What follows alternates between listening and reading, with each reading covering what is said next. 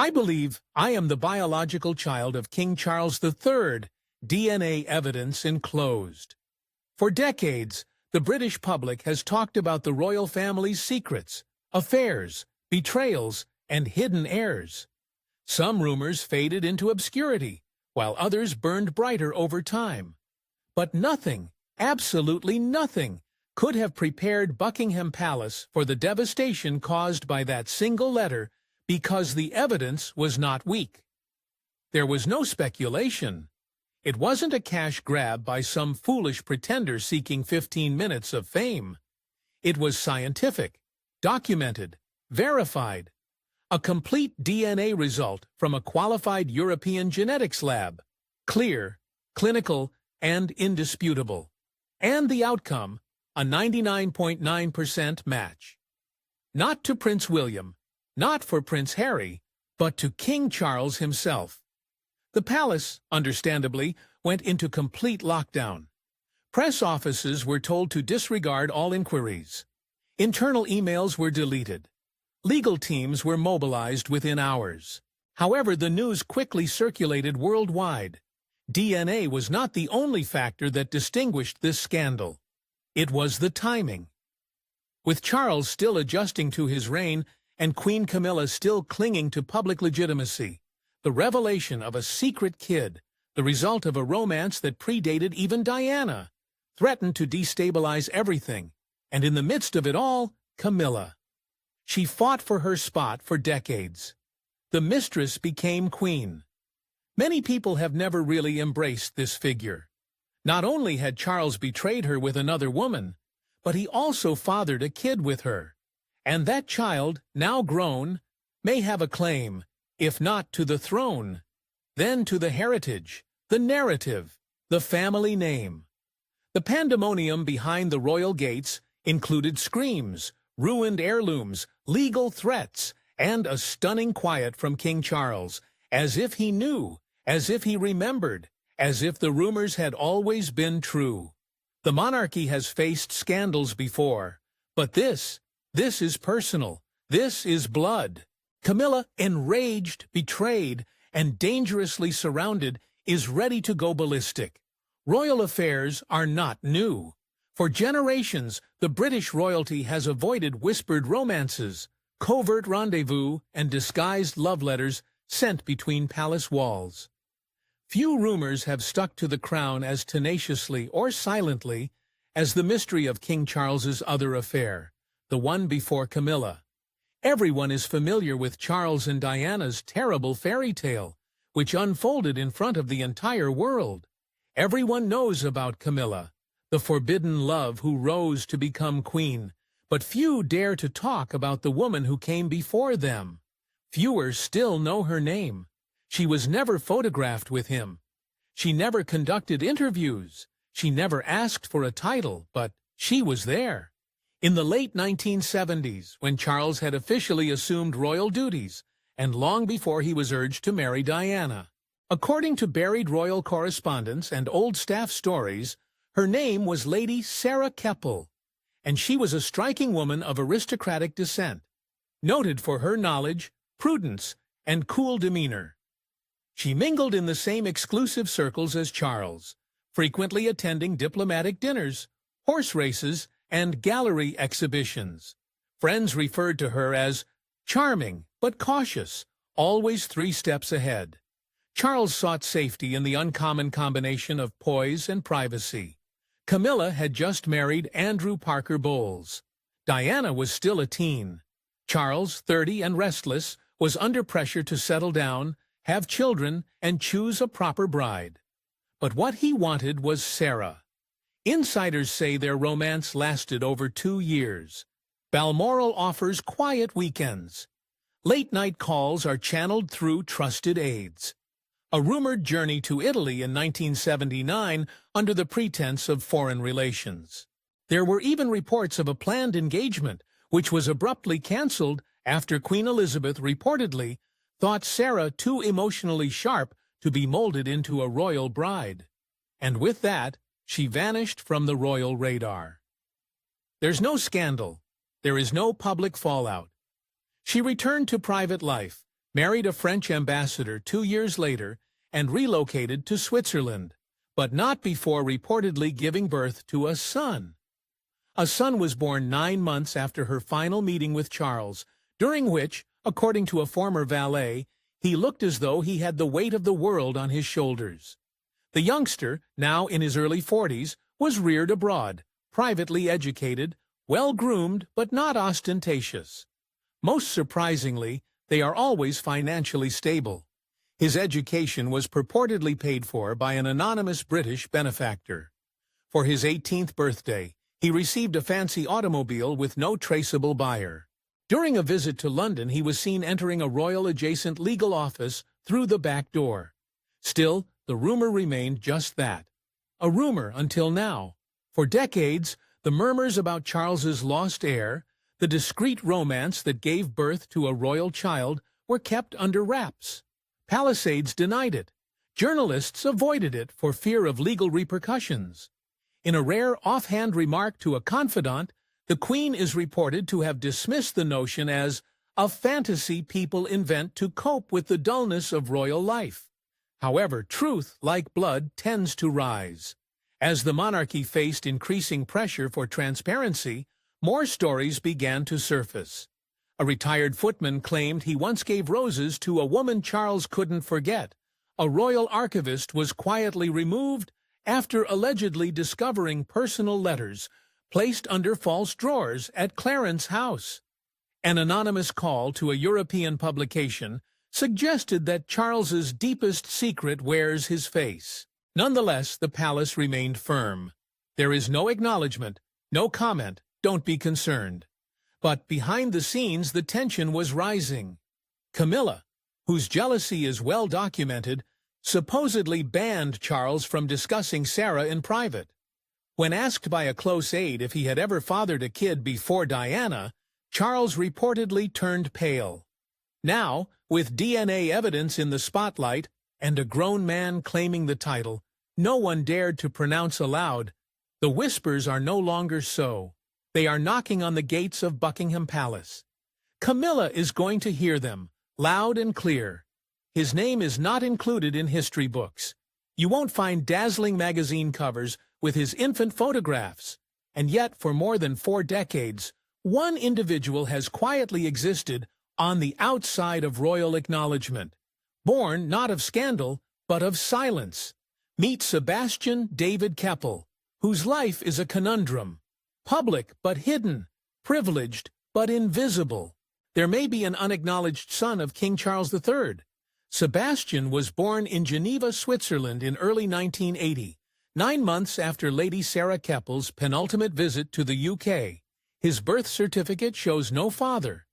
His mother, noble by ancestry but notoriously private, denied interviews and moved to a countryside as stayed outside Lausanne, away from prying eyes. From the start, his life was odd. A family trust funded all of his childhood education, which began at an upscale Montessori institute and continued at a private British boarding school. His teachers characterized him as polished, well-spoken, intensely curious, and eerily mature. One even noted that he had the poise of someone raised for the public eye, but without the public. Finally, there was his face, sharp cheekbones, closed, set eyes, a profile that bore a striking resemblance to Charles in his early years. It wasn't just subtle, it was striking. A teacher once remarked, "If I didn't know better, I'd say you're straight out of Sandringham." Sebastian simply grinned. In his early 20s, he moved to London, but not to party, model, or seek celebrity. Instead, he secretly enrolled at King's College London to study international law. No social media, no flashy automobiles. However, everything is already paid for. Those close to him were surprised by the nature of his financial support. According to a former flatmate, he never discussed where the money came from, but it was always there: tuition, rent, and even custom tailoring. It was as though he had a shadow sponsor. According to recently released financial documents, The sponsor was a shell trust affiliated with a private royal law office, the same firm that had previously managed Charles's Duchy of Cornwall estate. Coincidence? Maybe. Then came the murmurs. Sebastian had been sighted near Clarence House on several occasions, but never via the front entrance and never announced. Former employees have stated that he was rushed in and out the back, no press, no record, always at night. A veteran chauffeur recounted a difficult exchange in which a senior official said, if she ever finds out he's still in contact with Charles, it'll be World War III. She, of course, refers to Camilla. Sebastian has never spoken publicly. There are no interviews, there are no lawsuits. But others close to him claim he has always known the truth.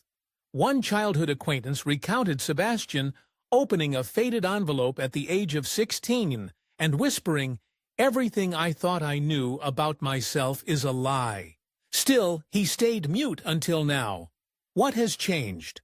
According to sources, it was the most recent coronation. When Charles officially took the crown, watching the man he thought was his father inherit the throne while pretending he didn't exist, broke something within him. Sebastian soon began secretly seeking legal advice. After exchanging DNA samples and receiving lab results, the reality became evident. He is a 99.9% match with King Charles III. Nonetheless, the palace does not mention his name. His existence is unacknowledged, but the evidence is out, and the world is watching. No matter how hard you attempt to hide a secret, it eventually grows up and knocks at your palace door. The British monarchy has always relied on discretion, secrecy, and precise timing, but no amount of palace protocol could have prepared them for what arrived via courier one brisk morning at a private legal office in Mayfair. A sealed genetic report, complete with certified documentation, independent laboratory approval, and a devastating conclusion. King Charles III was biologically the father of a 44-year-old man the monarchy has never publicly recognized. Sebastian David Keppel, Charles and Lady Sarah Keppel's claimed love child, began discreetly seeking answers months ago. Friends say he had carried the weight of the unknown for decades, raising suspicion, but never providing clarification. A man who had been advised to remain quiet, humble, and not ask too many questions. But after Charles's coronation, something changed. He couldn't take it anymore, a confidant admitted. To watch the man he believed to be his father wear the crown and act like he didn't exist, it was a deep, almost spiritual betrayal. Sebastian contacted a well-known European genetic testing agency situated in Switzerland, which is recognized for its confidentiality with high-profile clients such as royals, millionaires, and politicians. The technique was straightforward, but the consequences were anything but. To determine paternity, the authorities required DNA samples from both Sebastian and Charles. This is where the story takes an explosive turn. A contact in palace maintenance, reputedly a former butler with quiet sympathies, brought a hair sample from King Charles, carefully extracted from a recently used travel comb. The chain of custody was secure, legally solid, and confirmed by two third-party witnesses. Sebastian's own sample was collected under tight laboratory monitoring. What are the results? A 99.97% match. There's no room for discussion. There is no loophole, no question. Sebastian was not a pretender. He was not deluded. He was, scientifically speaking, King Charles's biological son. When Sebastian's legal team received the report, they did not immediately contact the media. Instead, they followed the process. A secret letter was sent to Clarence House and addressed directly to King Charles. It included a copy of the DNA report, a brief statement from Sebastian, and a simple request. "I don't want a title. I don't want wealth. I just want the truth to be acknowledged publicly." According to insiders, the palace immediately implemented damage control measures. Camilla was reportedly removed from a scheduled appearance. Legal teams were deployed. Phones rang continuously for 48 hours, not because they questioned the legitimacy of the results, but because they verified what they had feared. One assistant, speaking anonymously, stated, "There was no denial, no outrage, just silence. The kind of silence that screams guilt." Within days, hushed talks were held behind locked doors. Camilla, angry, demanded to know how this was possible, and how it had been secret for so long. Multiple palace staffers said that Charles appeared haunted, not startled. "I'm not confused, just horribly and disturbingly haunted." Outside the palace gates, the journalists started to stir. The document had been leaked, not by Sebastian, but by someone in legal circles who was outraged that the monarchy was attempting to bury the truth once more. The information spread to other European outlets before making international headlines. Royal DNA bombshell, Charles's fathered secret son. Lab confirms, crown contaminated. Kings love child surfaces with scientific proof. Camilla's worst nightmare. Secret heir confirmed. And with that, the fairy tale cracked. Because in the face of cold clinical science, the palace's centuries-long legacy of secrecy, spin, and suppression had finally been tested. There'd be no denying it now. The king had a son. Camilla's reign was not without rivals. The instant the DNA results arrived at Clarence's house, the atmosphere changed. Staff described it as suffocating, as if a storm was crushing down on the walls itself. For Queen Camilla, the scandal was more than just humiliating. It was personal warfare, exploding right in the heart of her meticulously planned reign.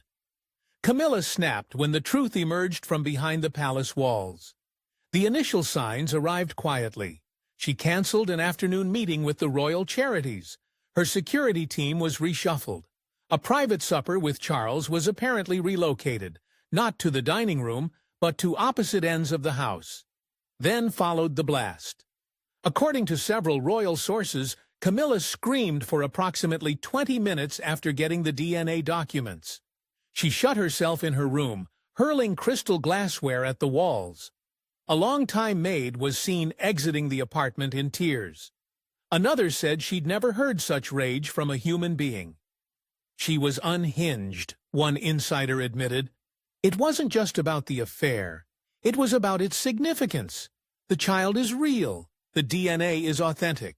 And soon the entire country will know that Charles fathered another child, but not with her. Camilla, who rose from mistress to queen consort after decades of scandal, thought she had buried her nightmare. She had already faced public criticism for being the other woman in Charles and Diana's failed marriage. She endured boos, sneers, and articles calling her a homewrecker. Nevertheless, she survived. She won. She married the king. And now, just as she was about to be crowned, the past reappeared, this time in flesh and blood rather than rumor. A mature man with royal DNA, media support, and the ability to demolish her legacy with a single interview. According to palace personnel, Camilla quickly asked that the legal team erase this embarrassment by issuing a statement disputing the DNA claim, denigrating Sebastian, and threatening legal action against any outlet that covered the story. But Charles did not answer. He scarcely spoke at all. Camilla was infuriated by the stillness. She allegedly accused him of letting Diana's ghost ruin them all over again. She banged a door so fiercely that the frame broke. Security was apparently ordered to stand outside her suite, not because she was a threat to others, but because she was completely out of control. Insiders say what stung the most was the public sympathy for Sebastian. He was not making demands. He was not pursuing titles. He just wanted to be acknowledged. And Camilla looked even worse in comparison with his calm, noble demeanor.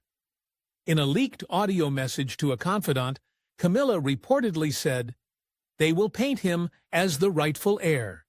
They will make me look like a fraud. Again, after all I've given up. After everything I've sacrificed." Some courtiers have whispered that Diana's meltdown was the worst they'd witnessed since her iconic confrontations with Charles, a horrible combination of sadness, anxiety, and desperation. She was no longer the calm queen seen waving alongside the king. Camilla had transformed herself behind closed doors into a woman in turmoil. Furthermore, she feared she was being replaced, which was potentially harmful, by a ghost, by secret, by a son who by blood stood within striking reach of the throne. And Camilla, she was willing to go to war to end it. While Clarence's house was in disarray, and Camilla's rage echoed behind closed doors, Prince William and Princess Catherine remained calm, not just for the cameras, but for the monarchy's future. Their serene expressions revealed deliberate control rather than apathy. In a palace shaken by DNA disclosures and betrayal, William and Kate remained silent. Instead, they tightened their circle, surveyed the battlefield, and moved like chess experts. Privately, William was claimed to be shaken but not surprised. Rumors about a half-brother had been circulating in his family for many years. As a child, he had heard murmurs from royal officials, instructors, and even tabloids. However, there had never been any scientific confirmation. And now, with the DNA results confirmed in the palace scurrying, he realized what was at stake. This wasn't just a scandal involving Charles.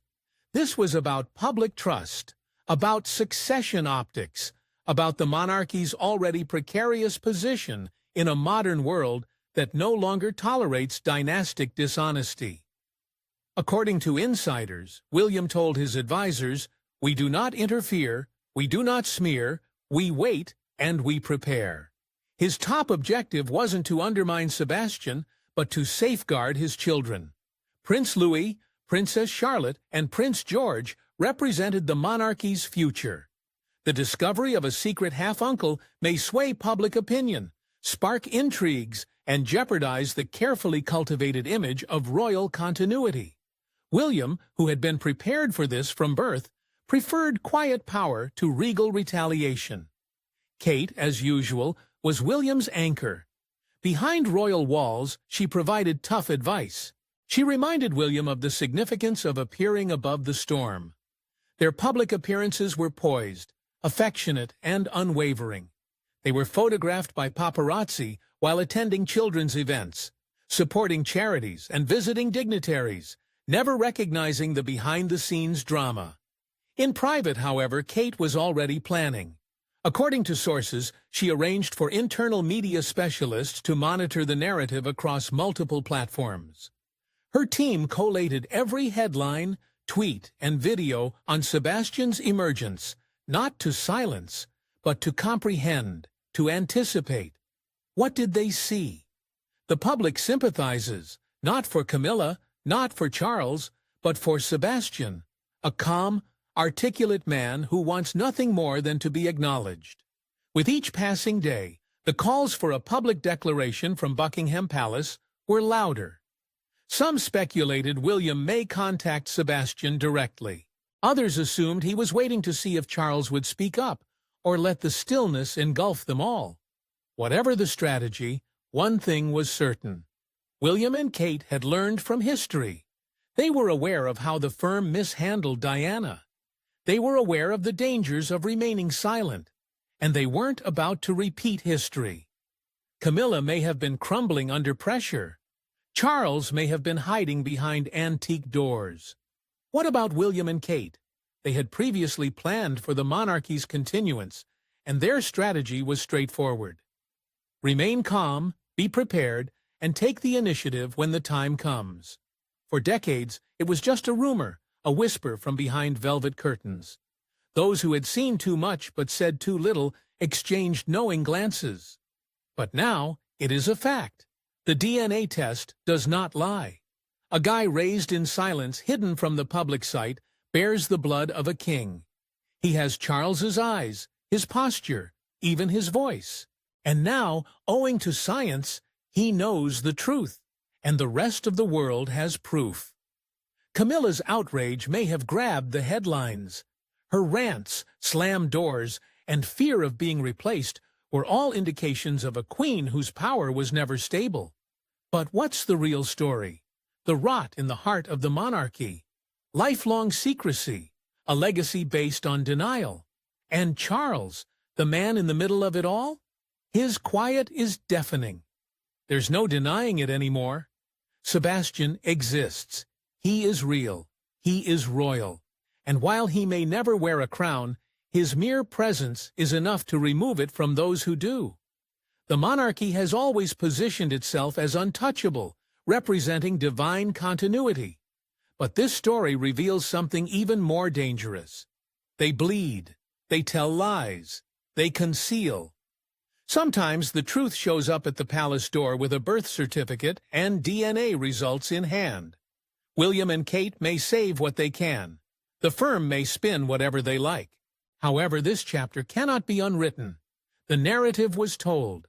The crown's deepest secret has been revealed. It is exposed. It is undeniable. And it is royal.